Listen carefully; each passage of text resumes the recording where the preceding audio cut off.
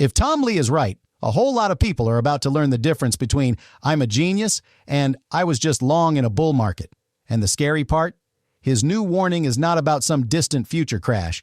It's about what could hit your portfolio next.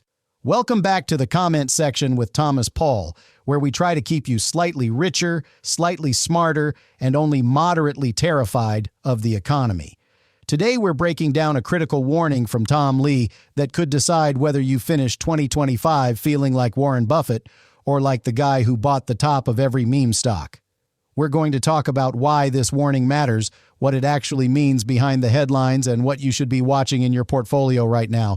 And yeah, we're going to do it without screaming "market crash tomorrow" every 5 seconds. You're welcome. Let's start with why anyone even cares when Tom Lee talks. This is a guy who's become famous for being aggressively bullish when everyone else is hiding under their desks. He called the post-COVID rally when sentiment was in the basement. He leaned into risk when people were still doom-scrolling lockdown charts. And through most of the chaos, he's stuck to this idea that stocks can grind higher even through bad headlines, as long as the data underneath doesn't totally fall apart. So when someone like that starts waving a yellow flag, you don't ignore it. His core warning right now is less "sell everything and move to gold bars in the woods," and more. If you think the easy money is going to keep raining on the same handful of mega-cap darlings, you might be walking straight into a trap. And here's where it gets interesting. We've had this bizarre situation where the stock market looks strong if you just glance at the index level, but when you peel back the curtain, most of the returns are coming from a tiny group of giants.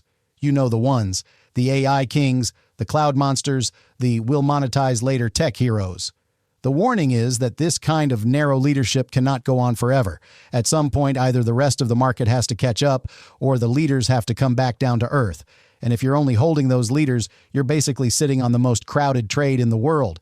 Because nothing says safe investment like being in the same trade as every hedge fund, every ETF, every retail investor and their dog all at once. Tom's key message: the risk reward on the overloved winners is getting worse, not better.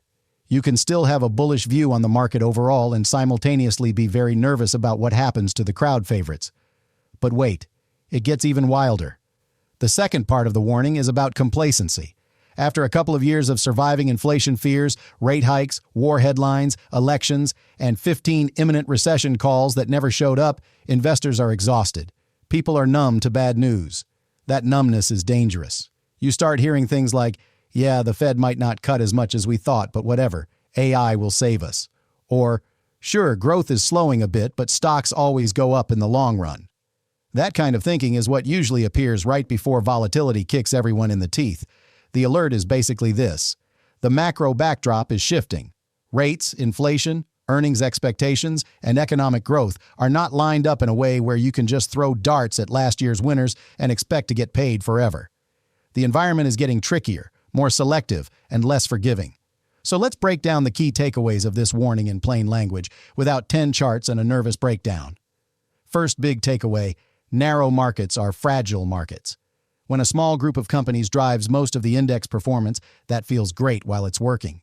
Your portfolio looks amazing. The comment sections on finance Twitter are insufferable, and people start saying things like, "valuation doesn't matter." But this setup creates an ugly dynamic. If those leaders stumble, the whole market can turn suddenly, even if the broader economy isn't collapsing. Think back to past cycles. Every time you get a market where everyone is crowded into the same names, Nifty 50, dot-coms, FAAng mania, it feels invincible until it doesn't. The warning isn't, "this is exactly the dot-com bubble again." It's, "the psychology looks familiar." People forget that leadership can shift. And when it does, it's not orderly and polite. It's violent rotation. Second takeaway: earnings still matter. Eventually. There's this recurring fantasy in every bull phase. This time it's different. Margins will stay at record highs forever, and these companies will grow into any valuation we slap on them. Tom's warning cuts right through that. Even in a tech-driven market, earnings growth eventually has to justify the price you're paying. If the growth path starts to disappoint, maybe because the economy slows, maybe because competition heats up, maybe because AI revenue takes longer to materialize, the math breaks pretty quickly. The higher the expectations, the smaller the margin for error. When the bar is set to perfection, delivering very good can still be punished. Third takeaway: the macro backdrop is not a free lunch. We've gone from "rates will go to the moon and kill everything" to "the Fed will cut, soft landing, stocks to infinity." Both extremes are lazy. The reality is messier. Inflation came down from its peak, but it's still sticky in some areas. Rates are higher than what markets were used to for a decade. Governments are still running big deficits, and there's a growing tug of war between we beat inflation and we might have to keep policy tighter than you like. That kind of environment doesn't kill the market, but it does compress the multiple fairy tale. You don't get infinite expansion of price-to-earnings ratios just because vibes are good. At some point, the macro starts to cap how generous investors are willing to be. And here's the part most people don't want to hear. Volatility can spike even in a long-term bullish trend. You can be right about the destination and still get wrecked on the journey if you ignore risk. Fourth takeaway, sentiment is frothy. Nobody thinks they're the frothy one. Everyone thinks they're the rational, disciplined investor surrounded by degenerates. But look at behavior. Options activity sky high, people levering into the same AI names, buy the dip, becoming a religion instead of a strategy. When fear disappears completely, risk quietly creeps higher. The warning here is not panic. It's recognize that you're likely not as cautious as you think you are.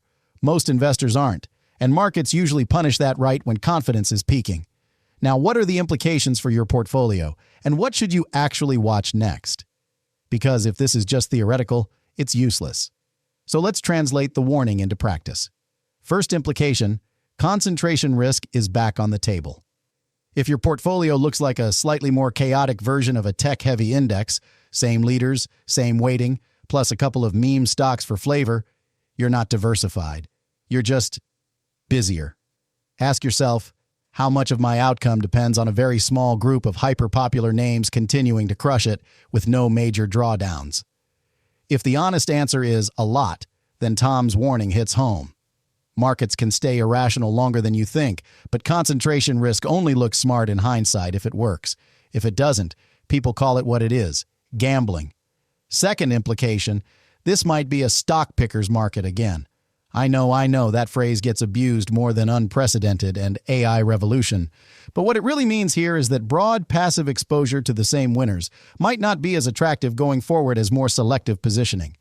The good news in a more volatile, less one-dimensional market is that there are usually mispriced opportunities, sectors that were ignored, companies that aren't in the buzz cycle, valuation gaps that start to matter again. We're talking about the kind of environment where cyclicals, smaller caps, or certain boring but profitable areas can quietly outperform while everyone's arguing about the next AI god stock. But wait, it gets even more uncomfortable. Third implication, you might have to care about macro again. For a while, the playbook was simple. Ignore the noise, buy quality growth, don't overthink it. Now you actually have to pay attention to rates, inflation data, the Fed's tone, and how earnings guidance lines up with that. Key things to watch. Are long-term interest rates trending up, stable, or finally easing? Higher for longer rates pressure valuations, especially on the most expensive growth names. Is inflation reaccelerating, or is it grinding slowly lower? If it flares up again, that puts the brakes on hopes for aggressive rate cuts and can spook risk assets. Are earnings revisions drifting up or down? Analysts quietly cutting estimates is often the first clue that the story isn't matching the hype. None of this means day trade CPI reports, but it does mean you can't pretend macro doesn't matter. Fourth implication, volatility is an opportunity, if you're not overextended. Here's the harsh reality. Corrections are inevitable. They're part of every bull market. The only question is whether they're survivable or portfolio killing. Tom's warning implies we're entering a period where swings could be sharper, especially in the names everyone piled into. If you're fully leveraged, all in, no cash, no hedges, riding the same crowded trades as the entire planet, volatility is your enemy. If you're more balanced, volatility is your friend. Pullbacks give you better entries. Rotations let you move capital from over-owned areas to underloved ones. Panic creates discounts. So the real implication is, how you feel about Tom's warning says a lot about how prepared you are. If the idea of a 15 to 25% drop in your favorite stocks makes you physically ill, that's your portfolio talking to you. Fifth implication, time horizon actually matters again. In easy markets, everyone suddenly becomes a long-term investor until their favorite stock is down 20% and they're rage-checking their app every 10 minutes. The environment Tom is describing, trickier macro, narrow leadership at risk, sentiment frothy, is the kind where long-term discipline actually gets tested. If your time horizon is truly years, Temporary drawdowns are a feature, not a bug. You want volatility because it gives you chances to buy quality assets at better prices. If your time horizon is secretly, I need to be up every quarter, then you're going to be tempted into doing exactly the wrong thing at exactly the wrong time, chasing into peaks, puking out at lows, reacting to noise. Now, you might be thinking, okay, Thomas, this is all very philosophical. What do I actually do with this warning? So let's talk concrete mindset shifts, not personalized advice, just frameworks. 1. Stop assuming what worked last year will work forever. Trends can persist longer than people think, but nothing is permanent. The higher, faster, and more crowded something has run, the more honest you need to be about the risk-reward going forward. 2. Respect position sizing. Owning a great company does not mean it has to be 60% of your net worth. That's not conviction. That's faith-based risk management. 3. Build some redundancy into your portfolio. That can mean cash. That can mean diversification across sectors, regions, or styles. That can mean not having all your upside tied to one narrative, whether that's AI, rate cuts, or stonks only go up. 4. Remember that missing the exact top is not failure. You don't have to perfectly time exits. You just have to avoid being the last one holding the bag when the music stops. Trimming, rebalancing, or even just not adding at insane valuations can go a long way. And here's one more twist that a lot of people overlook. Tom's warning is actually weirdly optimistic, because if the danger is concentrated in a small group of overloved names, that means the rest of the market might be healthier than it looks. Beneath the surface, there can be plenty of companies with solid fundamentals, reasonable valuations, and room to run. They're just not the stars of every headline. In other words, the message is not game over. It's different game. Investing cycles don't die. They mutate.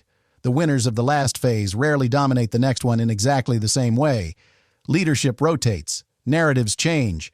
The people who adapt survive. The people who don't become cautionary tales in decade-old Reddit threads. So as you think about this warning, ask yourself 3 simple questions. What am I assuming will never change? What part of my portfolio depends on that assumption being right? And if I'm wrong, can I live with the consequences? If your answers make you even slightly uncomfortable, don't ignore that feeling. That's your risk radar trying to wake up before the market does it for you. All right, let's bring this home. Tom Lee's new alert isn't about scaring you out of the market. It's about shaking you out of autopilot.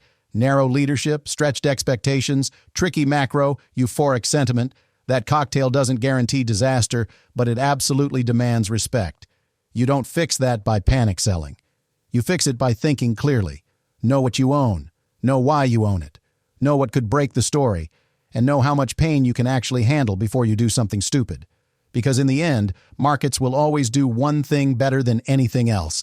They will find the people who took on risk they didn't understand and introduce them to gravity. If you found this breakdown helpful, do me a favor. Hit like so this gets pushed to more people who might need the wake-up call. Now I want to hear from you.